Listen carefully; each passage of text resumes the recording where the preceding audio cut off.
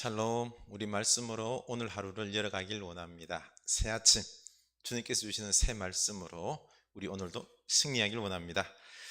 하나님 말씀입니다. 역대하 5장 1절에서 14절, 역대하 5장 1절에서 14절, 10절까지만 읽겠습니다. 솔로몬이 여호와의 전을 위하여 만드는 모든 일을 마친지라. 이에 솔로몬이 그의 아버지 다윗이 드린 은과 금과 모든 기구를 가져다가 하나님의 전 곡간에 두었더라.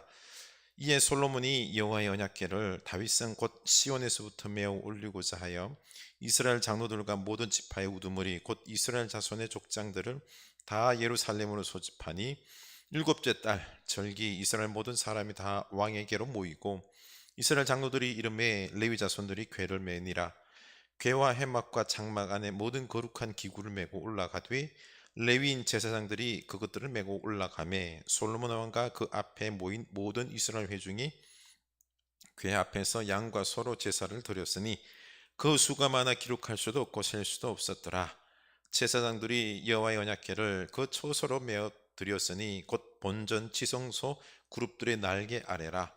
그룹들이 궤 초소 위에서 날개를 펴서 궤와 그 채를 덮었는데 그 채가 길어서 궤에서 나오므로 그 끝이 본전 앞에서 보이나 밖에서는 보이지 아니하며 그 궤가 오늘까지 그곳에 있으며 궤 안에는 두 돌판 외에 아무것도 없으니 이것은 이스라엘 자손의 애굽에서 나온 후 여호와께서 그들과 언약을 세우실 때 모세가 호렙에서 그 안에 넣은 것이더라. 아멘.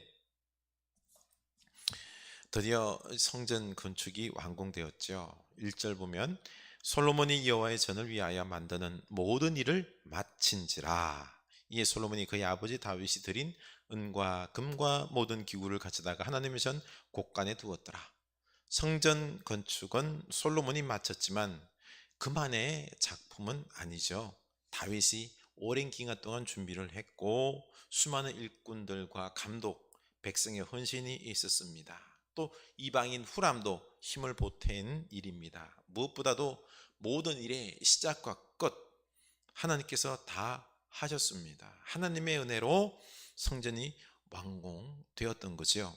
그런데 이 새로 예루살렘 성전이 완성된 완벽한 이 성전은 아닙니다. 왜냐하면은 예루살렘 성전이 그곳으로 완벽한 게 완공된 게 아니라 성전은 다시 교회로 이어진 것을 우리가 볼 수가 있는 것입니다. 그래서 우리는 성전에 있어서 하나님의 은혜로 되는 것을 우리가 알아야 되겠습니다. 우리 교회도 보면은 교회 공동체도 하나님의 도우심 속에서 계속해서 만들어져 가고 있다는 것, 우리가 이 부분을 간과해서는 안 된다는 것이죠. 하나님께서 솔로몬을 세워서 지혜를 부어 성전을 마치게 하신 것처럼 우리를 세워서 지혜와 은사와 능력, 축복들을 부어주셔서 우리 공동체를 이루어가게 하십니다. 지금 우리 교회가 완성된 공동체는 아닙니다. 하나님께서 완성해 가시는 공동체로 그 과정 가운데 있다라는 거죠. 그래서 하나님께 우리는 다 맡기고 하나님이 이끄심을 믿고 완성하실 것을 믿고 우리는 그 부르심과 또 부으심을 받아서 교회 공동체를 섬겨야 할 것입니다. 섬기는 중에 우리의 부족함도 있습니다. 때로는 시험에 들 수도 있습니다. 그러나 여기에 시험 들어서 무너지면 안 됩니다. 우리는 아직도 지금도 지어져 가고 있는 미완성된 완성을 향하여 나아가고 있는 공동체이기 때문입니다. 솔로몬은 레위 자손들을 통해서 언약궤를 메어서 성전으로 이 언약궤를 옮기죠. 언약궤에는 두 돌판 외에는 아무것도 없다라고 했습니다. 오직 돌판 10계명 하나님 말씀만 들어 있었다는 거죠. 원래 그 안에는 언약궤 안에는 아론의 쌍난 지팡이와 그리고 만나가 담긴 항아리가 있었습니다. 근데 다 없어졌습니다. 십계명 오직 말씀만 남아 있었던 거죠. 이것은 오직 하나님께서 말씀으로 임재하신다는 뜻입니다. 말씀을 통해서 이스라엘에게 다가가시고 말씀을 통해서 이스라엘을 다스리시기 때문에 지성소에는 언약궤 두 돌판만 두게 하신 것입니다.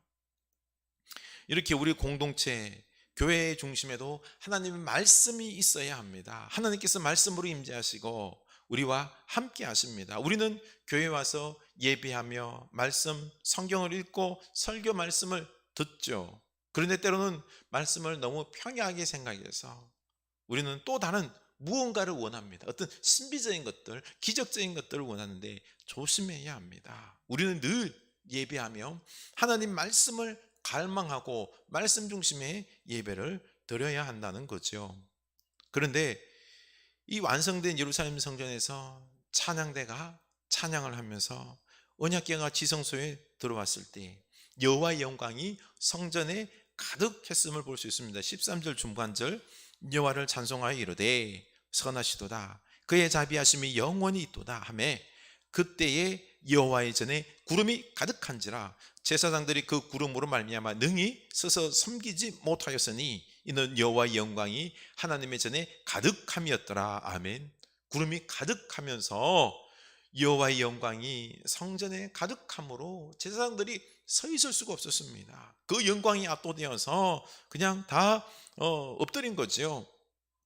하나님의 임재를 눈으로 보면서 압도되었던 것입니다.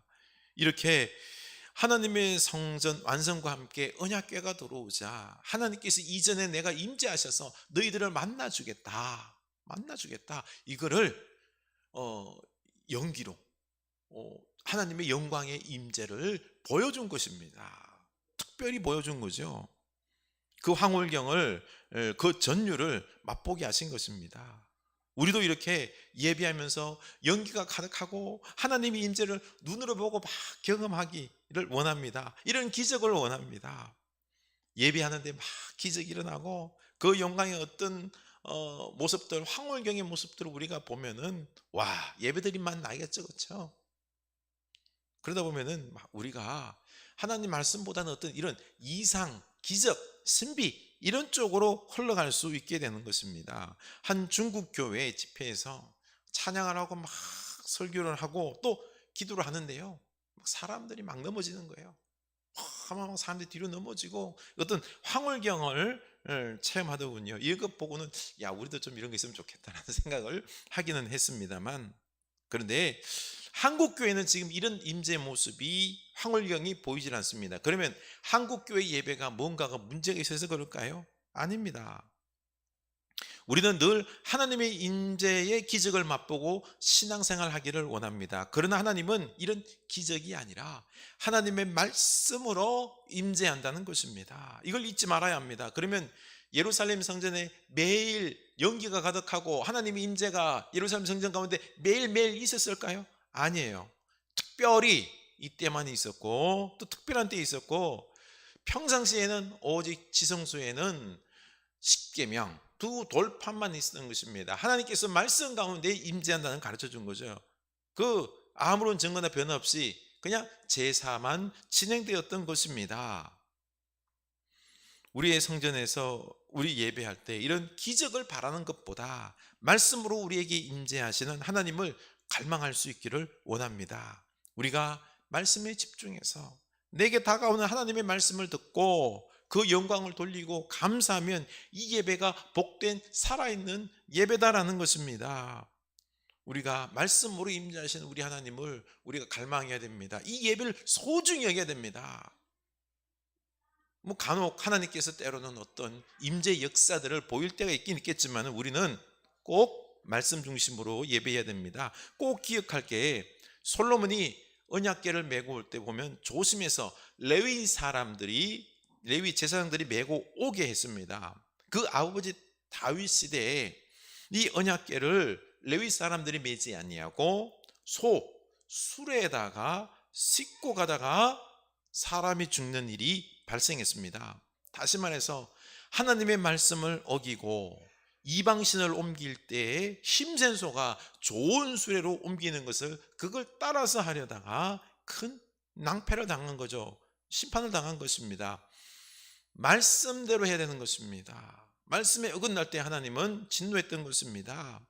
말씀대로 했더니 이제 이런 불행한 일이 벌어지지 않았던 것입니다. 바로 우리가 말씀으로 임재하신 하나님을 만나고 따르는 게 중요한 것입니다. 어떻게 보면 우리가 말씀대로 살아갈 때 문제가 없는 것입니다. 우리가 말씀을 벗어날 때 우리에게 문제가 발생하는 거죠. 그렇죠? 지난 추수감사주일 때 예배에 마음이 많이 좀 걸렸습니다. 코로나 때문에 평상시 우리 이 추수감사 예배 때 감사 고백도 하고요, 그렇죠? 찬양도 막 하고, 그렇게 좀 풍성하게 이렇게 특별히 이런 것들을 해야 되는데 그렇게 하지 못하고 그냥 아주 소박하게 말씀 중심의 예배를 드렸습니다. 좀 더 축제 예배를 드리지 못한 게 죄송하다 생각했는데 오늘 말씀 묵상을 하면서 회개했습니다. 그 무엇보다도 우리가 말씀으로 임재하시는 하나님을 갈망하며 말씀 중에 우리에게 다가오신 하나님이 있습니다. 우리 마음속에 감동을 주시고요, 우리를 찌르게 하고요, 우리를 부끄럽게 하고요, 우리에게 소망을 주고요, 힘을 주고 하는 이 하나님의 말씀을 우리가 갈망하고 할 때 말씀으로 하나님이 임재해서 우리 예배가 살아있는 영과 진리로 드리는 하나님께 상달되는 예배가 되는 것입니다. 이제 우리 말씀으로 우리에게 오시는 하나님을 만나는 예배를 드릴 수 있기를 주님의 이름으로 축원합니다. 우리 기도합시다. 하나님, 이제는 말씀 중심의 예배를 드리길 원합니다. 나로 말미암아 오직 하나님 말씀을 갈망하며 예배하게 하옵소서. 기도합시다. 하나님 아버지, 이렇게 솔로몬 이 성전을 완공하고 하나님 앞에 감사 예배 드립니다. 그러고 보니 이 예루살렘 성전에 이렇게 완공된 것, 이 모든 것 하나님께서 하셨습니다.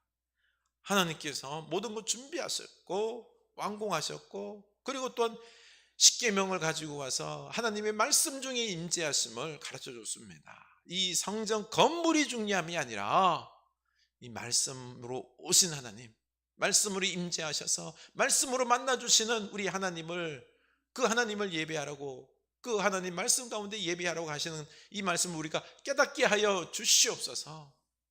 결국에는 또 예루살렘 성전은 무너졌고 주께서 몸된 교회를 세웠지 않습니까? 우리 주님은 늘 우리에게 말씀으로 오시는 주님이십니다. 주여, 우리를 말미암아 예배가 거룩한 말씀으로 드려지는 귀한 예배 될 수 있게 하여 주시옵소서. 하나님, 우리가 예배하러 올 때에 하나님 말씀을 사모하게 하여 주시옵소서. 그래서 우리에게 때로는 기쁨으로도 오겠지만은 때로는 우리를 부끄럽게 하고 우리의 마음을 찌르기도 하고 또 우리에게 소망도 주고 우리에게 담대함도 주는 이 하나님의 말씀, 우리에게 말씀으로 다가오셔서 우리와 함께 하시며 하나가 되시며 우리를 세워주시고 우리를 거룩하게 하시는, 우리를 성결케 하시는, 회개케 하시는 우리 하나님 만나 하나님께 온전히 예배하는 영광 예배 다 드리는 우리들 되게 하여 주시옵소서. 어떤 기적, 이런 어떤 것들을 추구하려고 하는 신비주의적으로 나가는 것이 아니라 오직 말씀 중심의 예배하는 주의 백성들 다 되게 하옵소서. 예수님 이름으로 기도드리옵나이다. 아멘.